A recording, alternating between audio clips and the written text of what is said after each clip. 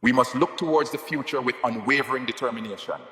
Our progress depends on the collective will of everyone in this hall today. Jamaica stands at a crossroads again, the same crossroads your fathers and mothers faced in 1980, when a nation still believed it could rise on its own terms. Today, that pride feels buried, forgotten, traded away in the name of stability. But the truth is this: Jamaica's lost pride is returning, whether the world is ready or not, and the IMF already knows it. When I look at Jamaica, I do not see a small island. I see a front line. I see a people who once dared to imagine an economic model free from foreign control, a model the IMF worked day and night to crush. And I see Prime Minister Andrew Holness standing in the same storm your leaders faced before, a storm of pressure, promises, and threats disguised as partnerships. But this time, something is different, because Africa is watching, the Caribbean is awakening, and the world can no longer pretend that Jamaica's struggle is isolated. When a country loses its pride, it loses its power. When it reclaims that pride, it becomes unstoppable. And that is what the IMF fears most. I am speaking now because I know exactly what happens when a nation refuses to bow. I know the price of sovereignty. I know the anger it triggers in those who profit from our weakness. And I know that Jamaica is approaching the same decision Africa is making today: continue under the shadow of foreign institutions, or step into a future built on dignity, unity, and courage. This legislation represents a significant step forward for our communities. We must ensure its implementation is swift and effective. Holness has a choice to make. Jamaica has a future to reclaim, and the IMF is terrified that you will choose the path they cannot control, because when Jamaica's pride returns, the entire Caribbean rises with it. When I speak about Jamaica's lost pride, I am not speaking about poetry. I am speaking about a truth carved into the bones of this nation. There was a moment in your history when Jamaica believed, without apology, without fear, that it could rise on its own terms.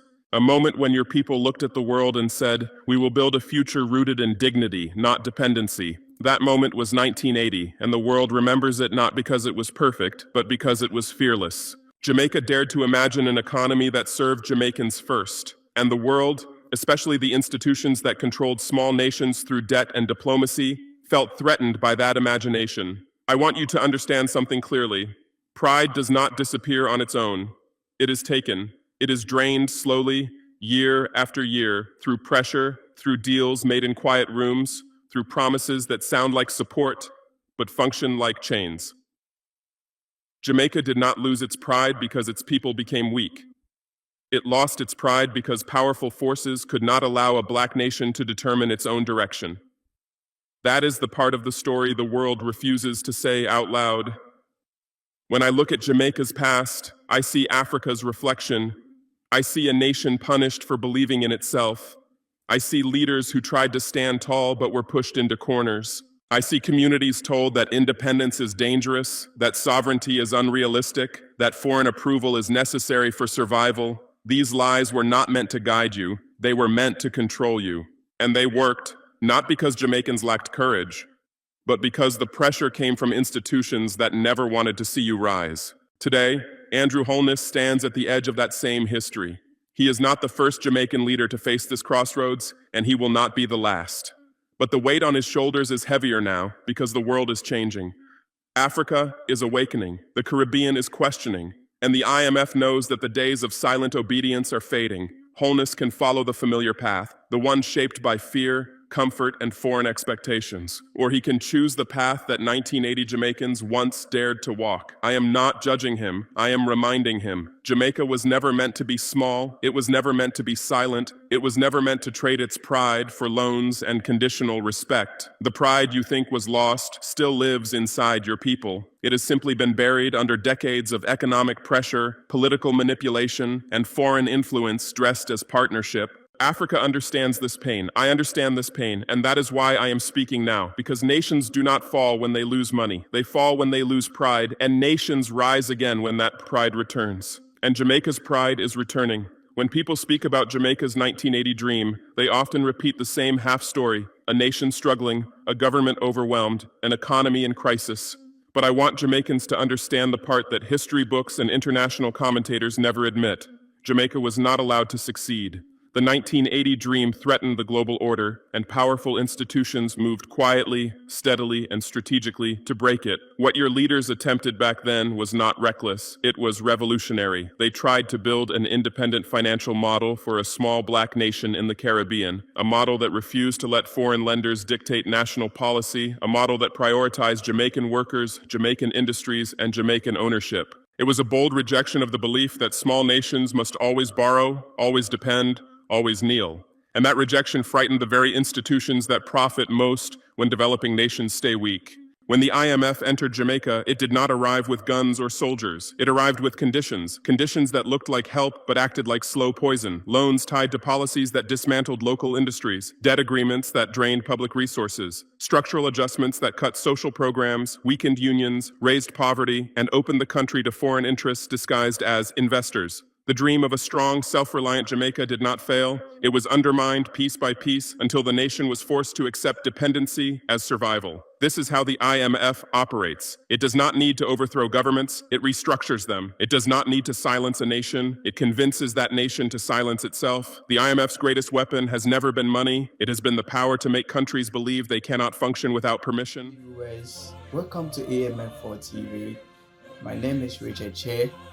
I hope you are fine. Okay, we are talking about how African leaders has to be united by this an influencer leader, Burkina Faso President Ibrahim Traore. There is a video on social media, especially on our handles, that we have to share it to you for you people to comment on it, on how statements he has been making all these days. We'll keep on updating you on this issue, but don't forget to subscribe to our YouTube channel for more of this video as well as similar videos like this. Let's listen to whatever he said and on social media to see, and then also don't forget to comment when you watch this video. Kindly also not forget to subscribe to our YouTube channel.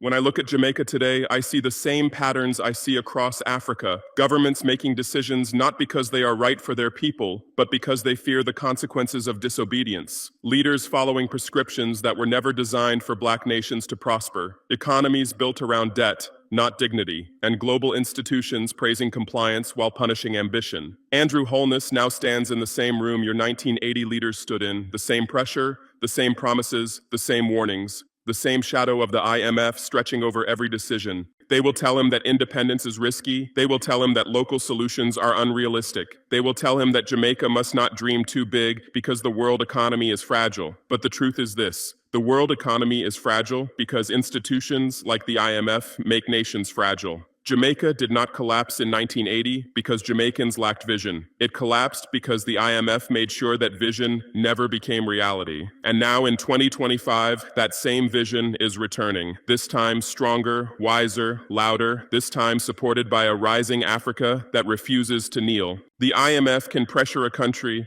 but it cannot stop a continent. And if Jamaica chooses to stand again, the Caribbean will feel something it has not felt in decades: the taste of sovereignty.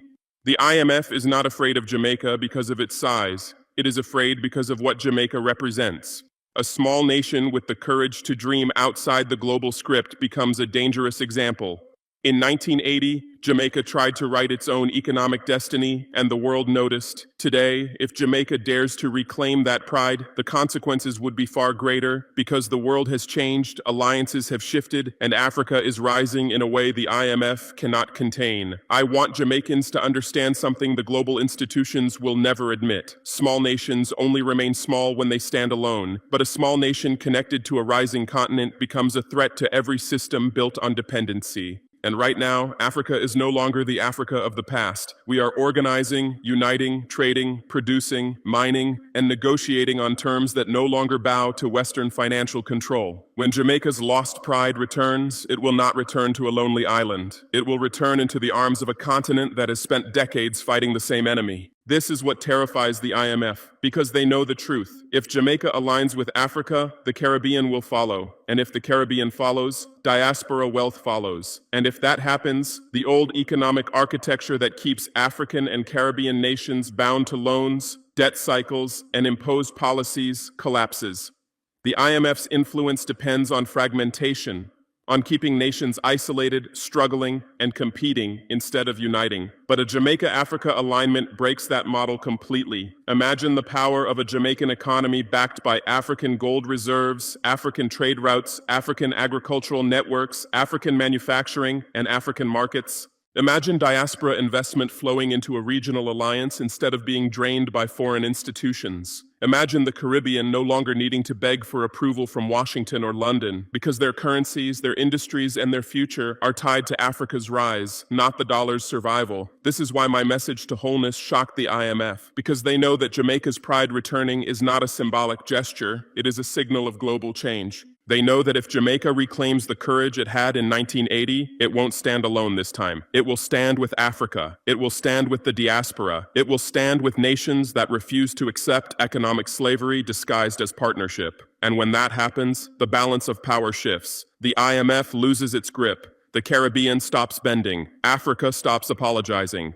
And the entire financial system built on the assumption that black nations must always be borrowers begins to crumble. The IMF is not afraid of Jamaica's past. It is afraid of Jamaica's future. And it is afraid because that future is no longer predictable. Not when Africa and the Caribbean begin to speak the same language of sovereignty. Prime Minister Holness, I am speaking to you now, not as a critic, not as an opponent, and not as a man trying to impose a foreign idea on Jamaica. I am speaking to you as someone who has stood exactly where you stand, at the edge of a decision that will define a nation's future. I know what it means to feel the weight of international pressure, to hear the warnings from financial institutions, to receive offers wrapped in politeness but rooted in control. I know how it feels when the world pretends to advise you while quietly preparing to punish you if you choose independence. And I know how easy it is